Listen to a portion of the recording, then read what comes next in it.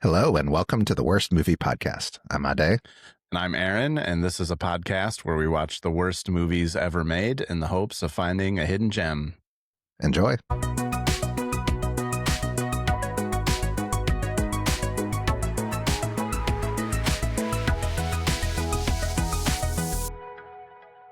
Happy New Year. Happy New Year. Have you been watching anything lately? Yeah, I've been rewatching Mad Men, finally. It's on HBO now, so you don't have to buy AMC Plus. So nice. I jumped on that. I'm only two episodes in, though. I'm not you. I'm going through it pretty slowly, but yeah, it's awesome. I don't think I finished that series. Really? Yeah. Where do you think you dropped off? I remember him living in an apartment with another woman, possibly. I don't think I remember beat by beat to tell you what season that is, but that feels like it's a later season. Yeah, halfway through. How many seasons are there? Good question. I want to say 5. You want to fact check me live? I'll see. I was surprised. I watched the first episode and I was surprised by how much happened in that first episode. I think I kind of smushed the whole story together. There are 7 seasons. 7. Wow. I was way off. And I think that I dropped off somewhere in the 5th season or around there. Okay. Well, it might take me 7 years to rewatch it, but the rest of 2026. Yeah, at least. Should we talk about today's movie? New If Year's we Eve. Yes, we must. It's a little awkward because this is airing Christmas week, so also Merry Christmas. But we already did our 2 Christmas movies, and then we're going to do our New Year's movie, and then probably take next week off. So New Year's Eve from 2011, directed by Gary Marshall, who did Pretty Woman, League of Their Own. And Penny Marshall's brother. Oh, I did not know that. Penny Marshall is in the movie. It stars, let's come back to that, because there are, I think I counted 22 actors that I think any casual moviegoer would know the name of. Yeah. And I will rattle through them in a bit, rapid fire. But this movie got a 7% on Rotten Tomatoes and $56 million budget, $142 million box office. So it was commercially successful, but people hated it. So had you heard of this movie? Did you know anything about it? Nope. I wish I still didn't know anything about it. Spoiler alert, you did not like the movie. Yeah, I don't think that's going to surprise anyone. Yeah, this was part of a unofficial trilogy of Valentine's Day, Mother's Day, and then New Year's Eve. They're not related. They were made by the same people, but have you seen Valentine's Day or Mother's Day? I didn't know they existed, which is so this director has done more than that. He did The Princess Diaries. He did Runaway Bride. He did Pretty Woman, Beaches. He's a well-known director. This trilogy slipped right by me, I guess. I kind of remember Valentine's Day. I don't know if I watched it. I think these were loosely on my radar, but not really speaking to me. Yeah. Well, it's going to be a hard movie to cover. Do you want to give the synopsis real quick? Yeah, I'm going to keep it short and sweet because there's a lot going on in this movie. So this synopsis is the lives of several couples and singles in New York City intertwine over the course of New Year's Eve. Yeah, so it's one of those movies where there are just a lot of storylines happening and everyone's kind of loosely related to each other. Let me rattle off the list of stars, and I'm actually skipping some on this list. I'll see if I can do this in 10 seconds or less. Ready? I'm ready. Michelle Pfeiffer, Zac Efron, Robert De Niro, Halle Berry, Carrie Elwes, Alyssa Milano, Common, Jessica Biel, Seth Meyers, Sarah Paulson, Carly Gugino, Katherine Heigl, John Bon Jovi, Sofia Vergara, Ashton Kutcher, Jim Belushi, Sarah Jessica Parker, Josh Duhamel, Penny Marshall, Hilary Swank, Ludacris, Ryan Seacrest, Matthew Broderick, and John Lithgow. And Yardley Smith. And did you get Leah Michele? No. Is that the singer? Yes. I just kept She's from Glee. Okay. I didn't know who she was. So I just kept it to famous, like widely known people. That's obviously subjective, but like I said, I thought I would leave some people out. So these are all, Yeah. instantly recognizable people. Russell Peters is in it. He's a big comedian. Yeah. I didn't know if people would know who he was. I say Yardley Smith is in it. It's her second appearance on our podcast after Maximum Overdrive. You did say that. Who does she play in this? She plays the woman in the RV. Her character's name is Maud. Oh, right. Oh, yeah, when Josh Duhamel's character is trying to get to New York City after his car breaks down, she's part of that family that takes him to New York City. And Maximum Overdrive, she was obviously the bride. Yes. Yeah, several repeat, Matthew Broderick in this, Jim Belushi also. Yeah, he was in 2 weeks ago. Yeah, it's all a blur. He was in Jingle All the Way. Yeah. So, again, the whole movie's about New Year's Eve. How do you feel about New Year's Eve as a holiday in general? This movie made me roll my eyes the entire time because New Year's Eve means almost nothing to me. And for these people, it's the most important day of the year. It's the one day the whole world comes together to celebrate optimism in the new year. I was like, I don't know. I'm asleep. You usually sleep on New Year's Eve? If I'm awake, we usually will try to find a live countdown, but it is not important for me to be awake, and I'm generally asleep or doing something else. So you're a New Year's Eve Grinch, sounds like. I'm not even like a Grinch. It's not like I hate New Year's Eve or I don't want other people to enjoy it. I just don't care about it. What about you? Are you a big New Year's Eve guy? I'm a New Year's Eve optimist in that I think it would be my favorite holiday. Like, I love the idea of New Year's Eve and having a giant party and celebrating the previous year and looking forward to the next year. And it's a reset and it's just it's this big celebration. But I would say most of my New Year's Eves fall way short of that.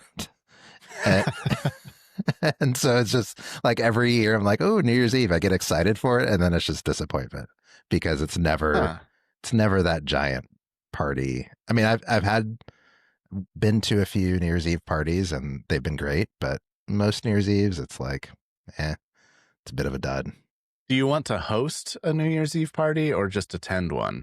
I have done both, and attending is way easier than hosting for sure. Hosting, there's so much pressure. What's your favorite New Year's Eve that you've had in your life so far? Kelly and I went to Vegas one New Year's Eve, and that jumps to mind. It was kind of a New Year's Eve / anniversary trip, and so we had some nice dinners. It's probably the first time we had a great high-end prefix dinner, and it was amazing. And then we saw fireworks on the Strip at midnight, and it was just packed with people and gorgeous, beautiful, and yeah, that was a lot of fun. That may be, I mean, that's definitely up there, top 3, if not top. How about you? I think I've only had really 2 memorable New Year's, and the first one was Y2K, which was I was 13, so it wasn't I did anything crazy, but it was just memorable. And then it must have been 2011 when this movie came out. We had just moved to California, and I ran into a coworker from Indiana that I had worked with, and they were just in town in Oakland, and we met up at a bar and hung out and talked about our lives and stuff, and then went next door. They had a big party going on next door at the bar, and watched the ball drop, and everybody was dancing, and it was pretty memorable. It was exciting. Yeah, see, those are fun. That is fun. Yeah, I didn't need New Year's though to be the catalyst for hanging out with an old coworker. And I mean, sure, yeah. I mean, if you could just have a fun party with a bunch of people on a random night, that works too. Yeah, that would have been memorable whether it was New Year's or not.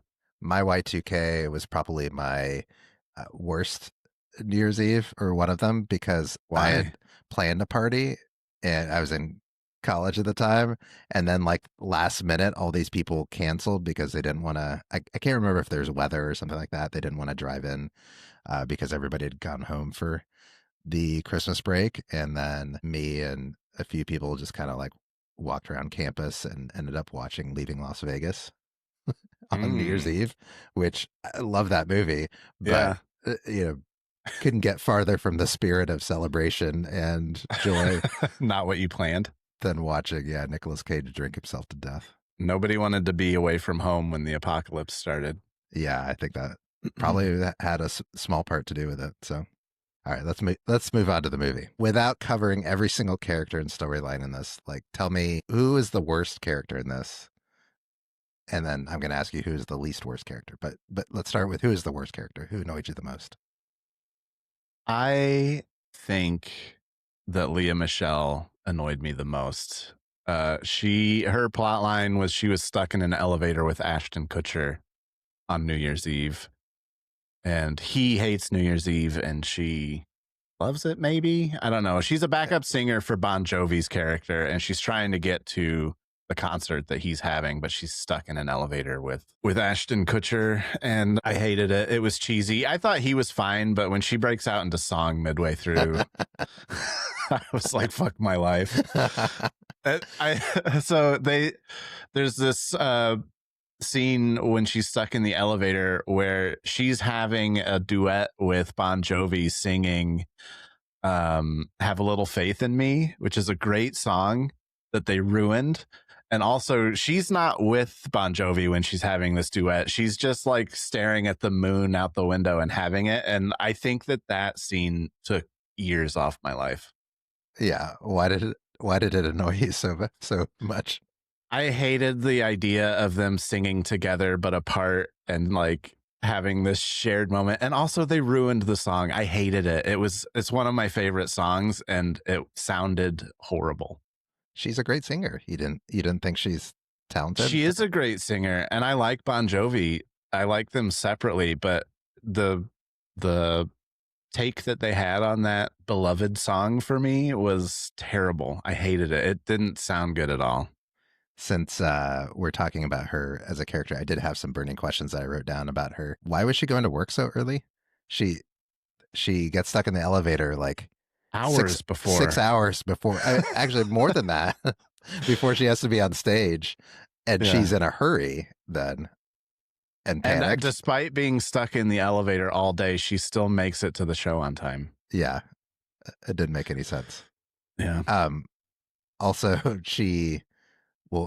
maybe we'll get to this, but Jensen, kind of the John Bon Jovi's character, quits as the performer for yeah, he's the one who's supposed to sing on Times Square, and then as the backup singer, she does the main song. Would they actually just let the backup singer perform? I have no idea. I guess. I don't know how. Like, what else what other options do you have? Just tell everyone to go home? I mean, maybe just play a song. Like, don't they just play That's probably true. that song each year? I don't remember somebody singing it and putting their own spin on what is that song? Old Lang Syne or whatever. Yeah. I don't know how to say it. Something like that. I don't think it's like the national anthem where everybody gets to like remix it. I think they just play it from tape. Yeah. That would have been better, honestly. Yeah, her performance was fine when she sang that. Yeah. Like, her doing her own thing was fine. I didn't like her duets with John Bon Jovi. They don't have voices that pair together well. I don't know what they thought. I don't know. I don't know what they were thinking when they cast this. Yeah. It's hard to pick which characters are the worst. I think Hilary Swank's character is my least favorite. Because she's in charge of the ball drop, and she's Times just a Square Alliance. Yeah, she's the VP, and she's just a hot mess from the start, and nervous about things. She's afraid of heights, and an employee has to carry her to the top. Yeah, which I did laugh out loud when that happened, and then another woman said, "Are we all getting picked up?" And this other guy started to pick that other woman up, and then somebody was like, "No." But yeah, it was just like my eyes. Yeah, I mean, it was a small, like, half-second chuckle, but I didn't understand how she got the job. This is I don't know what she does the rest of the year, but this is the most important presumably the most important part of her job, if not the only part of her job, and then she leaves halfway through. Yeah. So I looked it up. The Times Square Alliance is a real thing, and their job is promoting Times Square. Okay. So I don't So know she what does that other things. involves. Yeah, selling ads maybe, and like trying to get it into the social conscience, I guess, consciousness. But I don't know what they do. I But didn't like her character either. she just does a lot of weird stuff. Like, so the ball gets stuck on the way up, Yeah. and then she gives a speech that's just all bullshit. She lies. She's like, the ball stopping midway is a reflection of how we all need to pause and think about. I don't know. I stopped listening to the speech, but Yeah. everybody in New York City and around the world, presumably, are It's glued to their tuned television. in. Yeah. Yeah, at 6 o'clock because that's just what we all do on New Year's Eve. We just constantly watch the New York Times broadcast or We're all the dying to Times hear Square broadcast. from Yeah, the vice president of the Times Square Alliance. yeah, exactly. And like people are like tearing up and like, oh, it's so heartfelt. And it's like, why lie to them? Just be like, the ball got stuck. We're trying to fix it. Yeah, Like technical everybody knows. difficulties. We're still hours away from the ball drop. We'll have it fixed on time. They see technicians scrambling up there. I mean, it's not like you can hide that. And then just weird stuff in that storyline. Like at the end, she leaves, and then Ludacris's family comes to his Yeah. work too. What Like was her relationship to Ludacris? He was a lieutenant in the NYPD, and I thought that they were together until Ludacris's family showed up. Yeah, I mean, there were some weird like they must have cut a lot out of this movie because it seemed like they had some deep connections. Yeah. I don't know how, but yeah, and yeah, why did his family show up? I don't know. So this movie is an hour and 57 minutes long, and we didn't even see his family until like an hour 40 minutes in. And I'm like, who the fuck are these people? You're introducing new characters? Yeah, there are so many characters in this movie. I mean, we're 20 minutes into the movie and they're still introducing like quote unquote main characters. Yeah, and like I think big stars. Yeah, and I think this is the main problem with the movie. If you would have just picked two of those storylines and went deep on them, it could have made a lot more sense, and you could have, I could have developed an emotional attachment to these characters. But by the end, I didn't care about anybody at all. No, I hated it. My first note is an hour and 57 minutes, so like with question marks and exclamation points. Yeah. And then my second note was, if you're gonna make a dog shit movie, at least have the decency to make it short. Jingle All the Way knew they were making trash, and they made it mercifully short. This one, it seems like I mean, they made money. Their strategy seemed to be, let's stuff as many celebrities into this as possible, and they all want their own share of screen time. So let's just do that, and people will show up because they're like, oh, I want to see, fill in the blank on screen. Yeah, my runner-up worst character was definitely Zac Efron. He was. I put him down for my least worst. What? I mean, all right, you talk and then I'll respond. So to introduce his character, he is a courier, like a delivery person that is delivering packages to Michelle Pfeiffer's character, who is a secretary or an assistant for John Lithgow, who is only in the movie for like 30 seconds. Who is obsessed with Angry Birds, apparently. Yeah, that's another. This movie is so dated. It's so 2011. It's painful. Yeah. Yeah, he's obsessed with Angry Birds. They're talking about like saving minutes on their cell phone plans, and they've got like this clunky stick-on GPS in their car that is a horrible. Yeah, it's just all very dated. Somebody says, like Facebook, but real. It was like the people who wrote this had just discovered Facebook. Yeah. There, I don't know. There's like there's an eagerness and an enthusiasm to this movie that just made me want to throw up. But he's a courier. He's delivering a package to Michelle Pfeiffer, who's basically she quits her job in this scene because she hates John Lithgow, but he delivers these passes to her for this Ahern records party that's going on for New Year's Eve. And he stays and watches her open it, which I thought was weird, and comments on what she has in her package, which totally inappropriate if you're like a delivery person to stand there and watch them open it. I mean, before he delivers the package, he's going through the office and like grabbing a bunch of candy, and like I think he makes himself coffee and stuff like he works there. Yeah, I mean, I don't know. He's taking it. He's a hustler. He's, you know. Yeah, he's best friends, possibly roommates with Ashton Kutcher. I think they're just friends. Yeah. Just friends. And he's the broiest dude ever. It's like, I don't know. He's high-fiving people and sweet-talking the girls on the street, and he thinks he's the coolest man there he's ever the coolest was. man in this movie. I don't know. Luda was pretty cool. He didn't give a shit at all the whole time, and I was like, I feel that. No, I didn't know what Luda was. I mean, Common was the coolest man in this movie. That's true. No, I look. It's hard to pick favorite character out of this list of characters because, like I said, I didn't care about anybody, and I don't think it's hard at all to pick favorite character.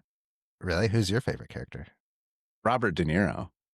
Oh my gosh, I thought that character was the whole character thing is he's laying in his deathbed and he just wants to hang on to watch the ball drop one more time.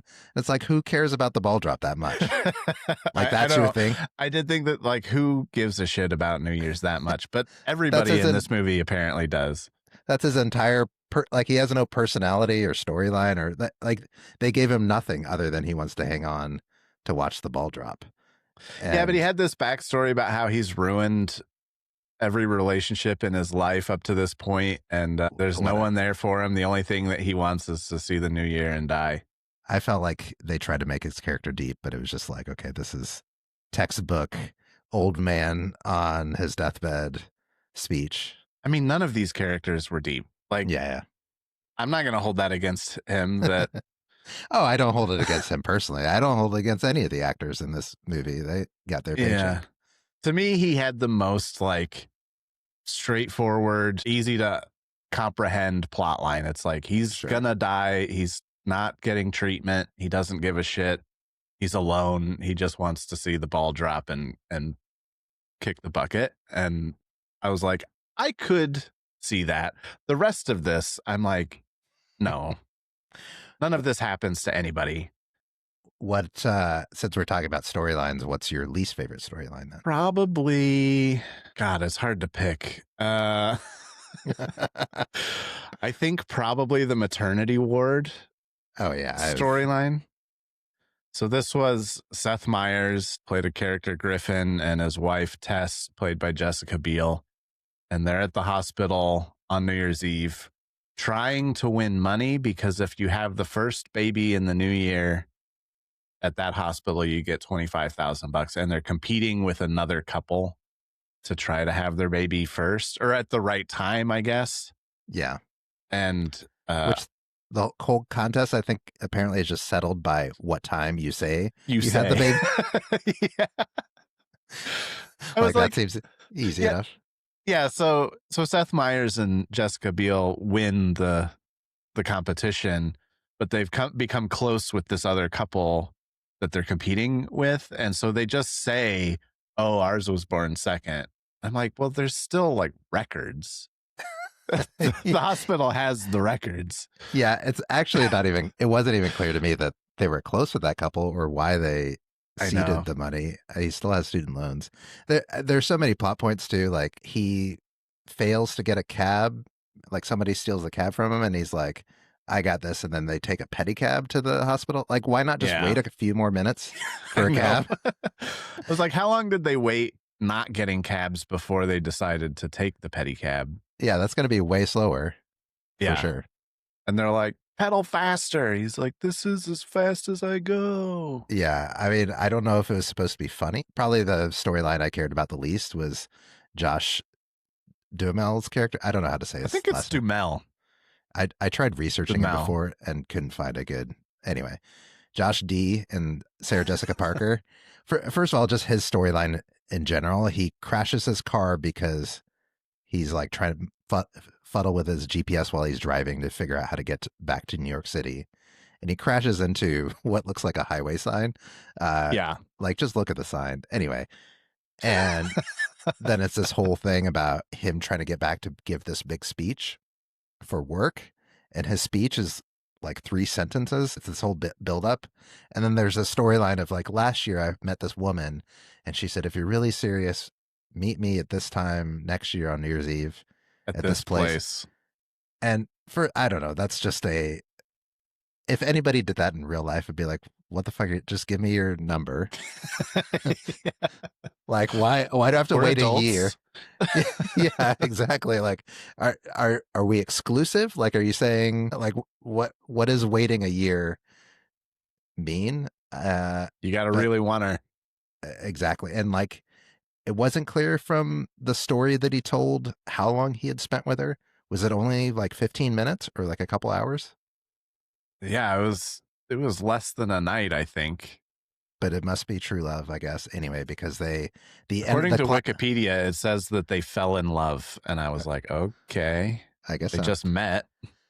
And then the climax of the movie, which I guess we're supposed to feel really emotional about, is the big reveal that it's Sarah Jessica Parker's character. And by that point, first of all, I didn't care. I was like, I don't care who this woman is. And then I was kind of like, who's left for this to be? And then they teased Hilary Swank. Yeah. And then I was like, her? I don't know. Why? Yeah. They didn't seem compatible at all, their characters. And her whole storyline is her freaking out because her teenage daughter wants to go watch the ball drop with her friends. Yeah. And it's like, okay, just let her go. Yeah. Or just be mad at her and ground her when she gets back. I don't know. She's running all around New York City trying to find her. And that seems impossible, knowing that there are millions of people out my understanding of Times Square on New Year's Eve is that it's like gridlock of humans. People stand there and like go to the bathroom in diapers because you can't get in and out. Yeah, exactly. Like you're not running through there looking for your daughter. You're in a mass of human bodies. Yeah. I think I know the answer to this, but do you have any interest of seeing the ball drop live? Slight. Yeah. It seems like one of those things like maybe once in your life you see it happen, but like there are so many other things that I would rather see happen first that I'm not sure that I'll ever do it. I think it'd be really cool if it wasn't for the whole standing around in diapers and having to be there 10 hours ahead of time or however long just to get a viewing position. Like if there was a VIP area and I could get maybe. Speaking of which, maybe if I show up next year and I say I'm the drummer for this famous rock band, Jensen. Yeah, and I'm just in my pajamas like Ashton Kutcher was, I can get into not only the VIP area but the backstage area. I did have the thought, like, this seems to happen so much in movies where people just show up and like, hey, it happened in Jingle All the Way where he just managed to be in the parade because he walked through the right door. I'm Turbo Man. Yeah. Yeah. Maybe I should be trying that more. I think that it probably works more often than you think. Like I've seen these videos. I don't know if you'd call it social engineering or whatever, where people just put on a vest or something and try to get into events, you know, like a security vest or a worker thing or like road construction or something. You'd be surprised how far you can get. I saw a video where a guy got into a concert. It wasn't a concert, but it was like it was almost like a Disney on Ice type thing. And he got on the ice, like down without a ticket. Before he got thrown out. Yeah. Like, I guess you maybe can do this kind of stuff.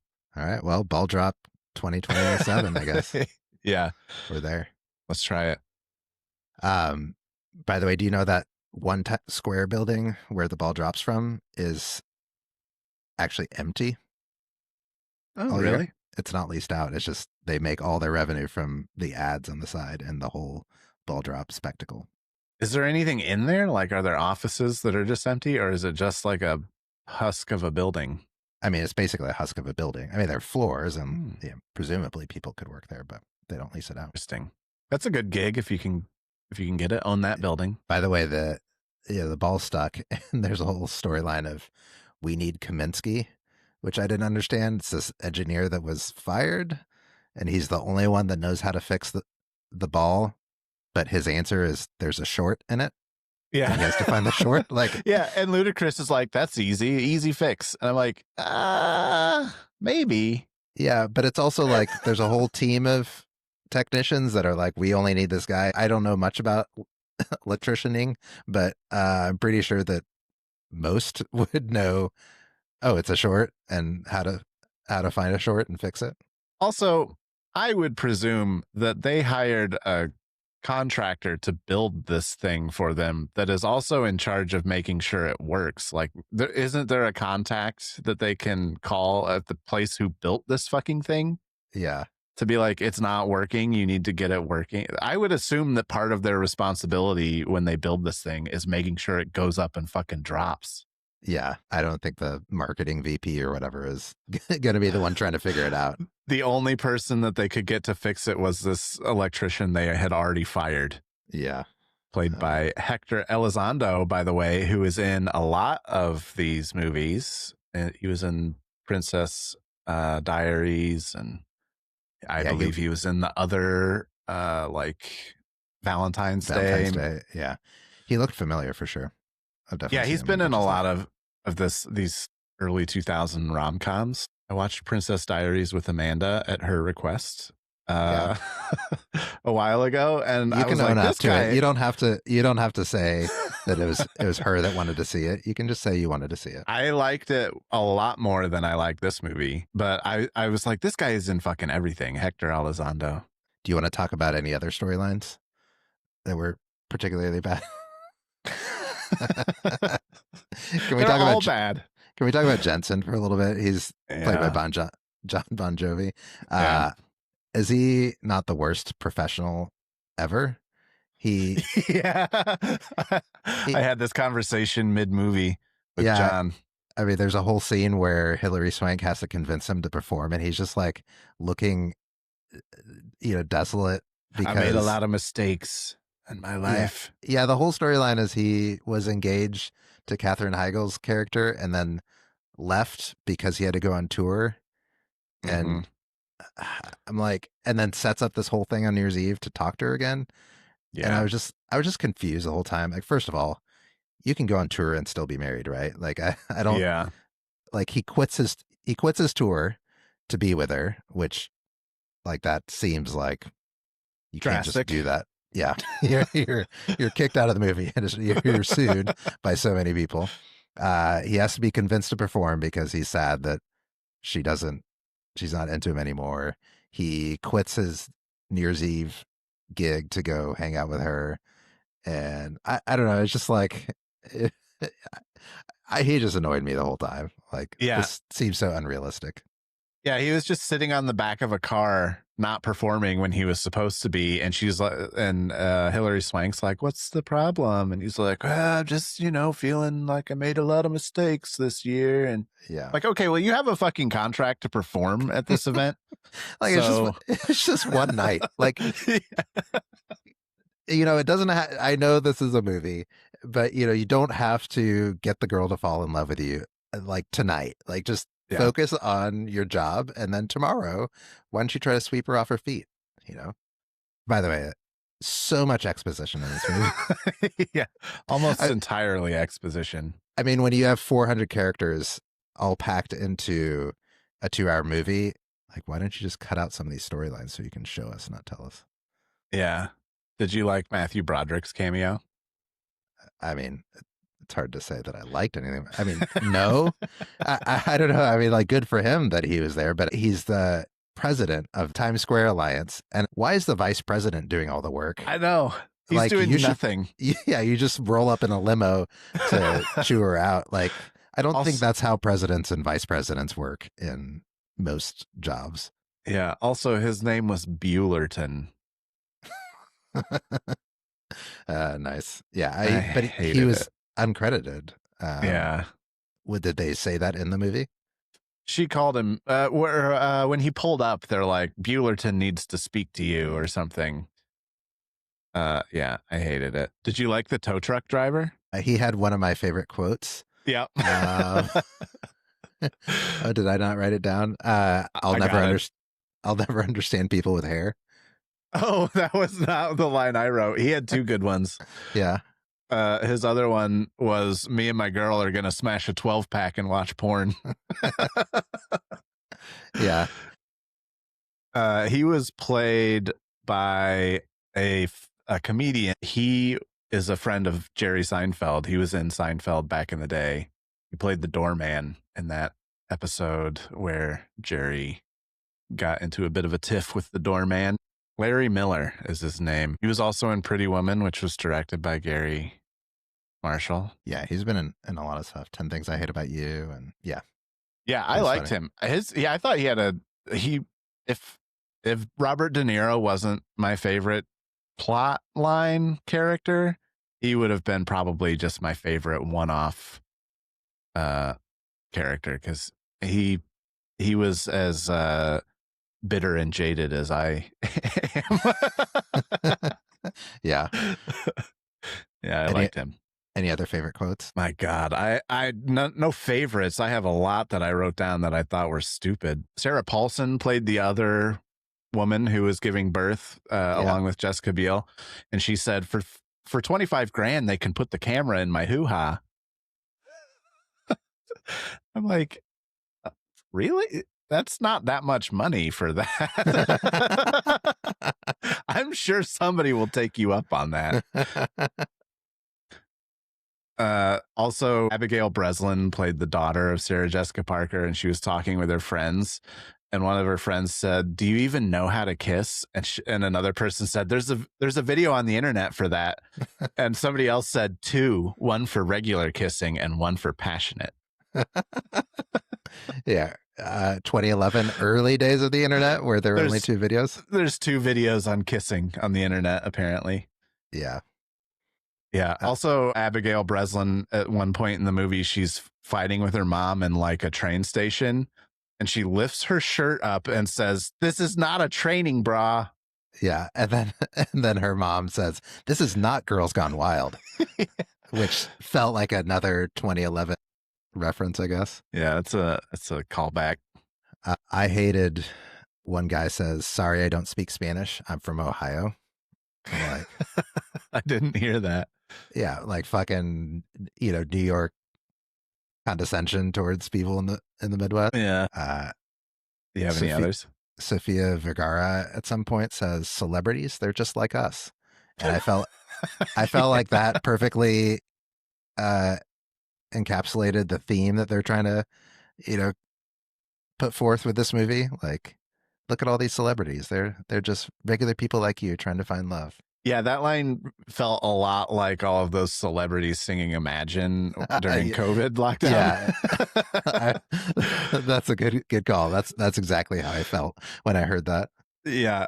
So Sofia Vergara also said, "In my country, when a man gets on one knee, it's because he wants to get married or he's been shot." Sometimes both. Yeah. And I'm like, I guarantee it wasn't a Colombian who wrote that line. Yeah. No, that seemed. And she had to deliver it. Yeah. Couple of final notes. Wasn't Halle Berry's character the least busy nurse ever? Yeah. She just hung out by De Niro's bed the whole day. And fell asleep on New Year's Eve. I'm pretty sure New Year's Eve is pretty busy for hospitals. Yeah, I think so. I thought so, at least. Yeah. How long are we into this episode?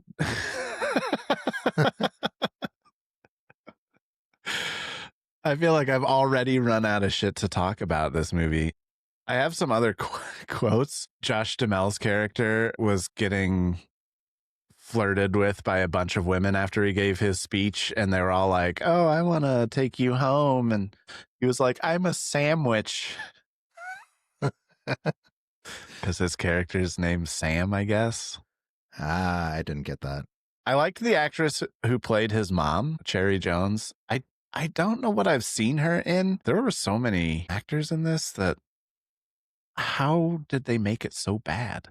I mean, it's probably too many. Yeah, it's because it's too many cooks. I guess I already said this, but my overall thing was every storyline was thin, every character was thin, and I just didn't care about any of them. It just became a slog where, and maybe it would have been better if any of them had actually been funny, like any of the storylines. I know. I think I probably liked Zac Efron's character the most because he was the only one that, like, he seemed to be really pushing his character, like he was playing it up, and yeah, you know, the character had a lot of joy and excitement and a lot of energy, and he at least, like, you know, brought that to the screen. But most of them just, I don't know, we're having a miserable time in whatever storyline they're in, and I was just having an even more miserable time watching it. We picked completely different favorite characters. Yours was the only one who had any life in him at all, and I picked the guy that was literally dying